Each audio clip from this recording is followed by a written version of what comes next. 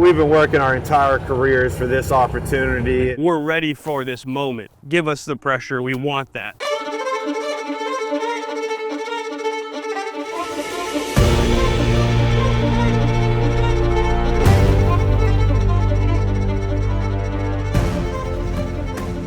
We're 121 days out from start of the championship, and mid-February here. We're seeing grass. That's a good thing. At this point, our biggest concern is getting through the next, kind of 3 to 4 weeks and getting out of that period where we have to worry about any form of winter injury on our putting surfaces. A lot of guys go through their entire careers and don't get an opportunity to host a championship at their own course. So I'm honored, I'm humbled to be in this role for this championship, but ultimately the stakes are high, and we feel the pressure, but it's something that our culture on our team, we embrace it. We love pressure.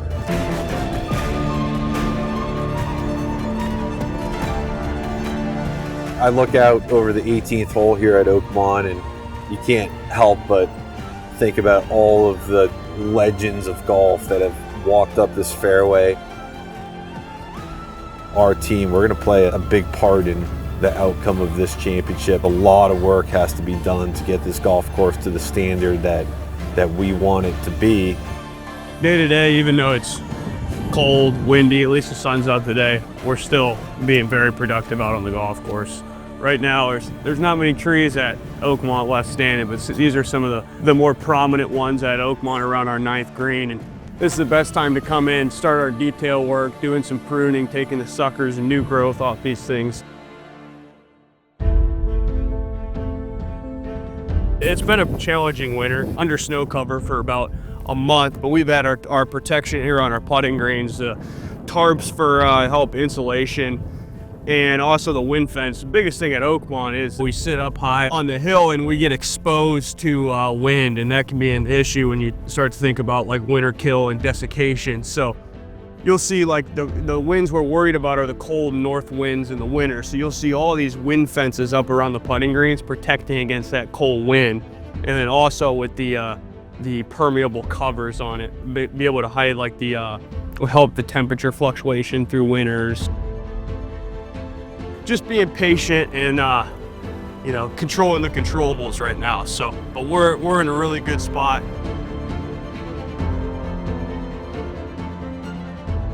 Now we just look, myself and the team, like, let's see these pros, let's see how they stack up on this golf course. Let's see how it plays. And then also knowing that what you're walking now is as consistent to what the phone's vision was and what they built in 1903, which is really, really cool.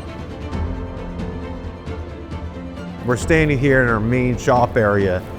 This shop was built in the 1970s, and over the last couple of years, we've really tried to make some upgrades to this, not only for our own team, but for the team of roughly 200 volunteers that will be participating in our grounds efforts for this year's championship. So you look around here, and this is where all of our 200 volunteers that we bring in from all over the world will be situated for both Advanced Week and Championship Week. So right now it's an active shop, but as we get closer and closer to the championship, we'll start transferring this into our main volunteer area. So in the winter of 2022, we actually restored a lot of our employee areas. So this area right here between these beams and that wall for generations was actually our mechanic area.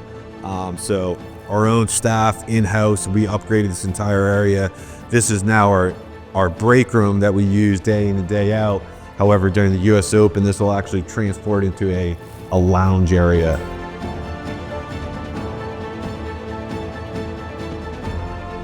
This area in here used to actually be our employee break room. Same time, a couple years ago, we transferred this into a locker room for our guys, where all our guys have a name tag and a spot to store their clothing and their boots.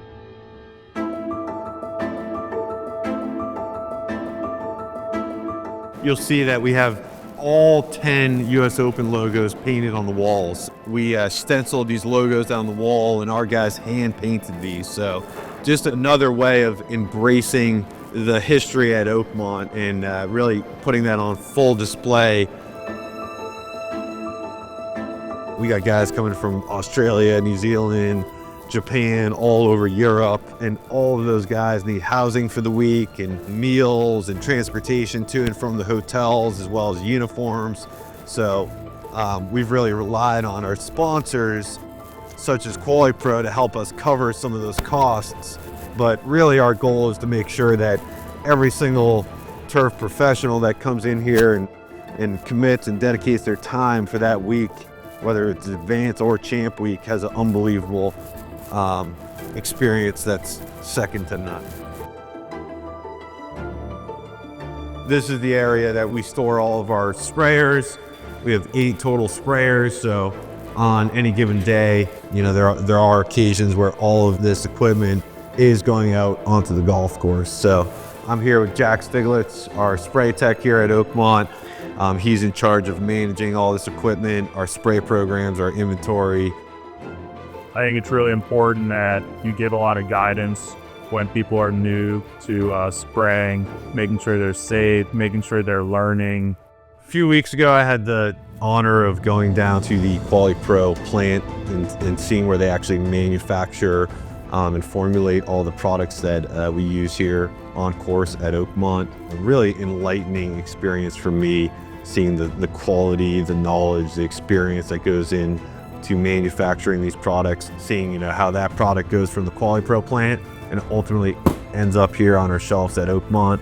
Really gave us a great sense of value and just knowing that those products are formulated the way that they are, how reliable they are before we go out and apply them to our golf course goes a long way.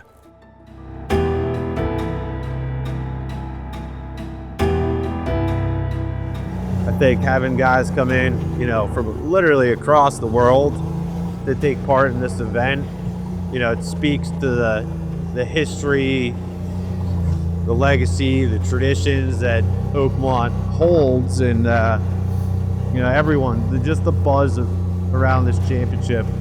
You know, the fact that it's the club's 10th championship and it's the USGA's 125th championship. There's a lot of buzz around it.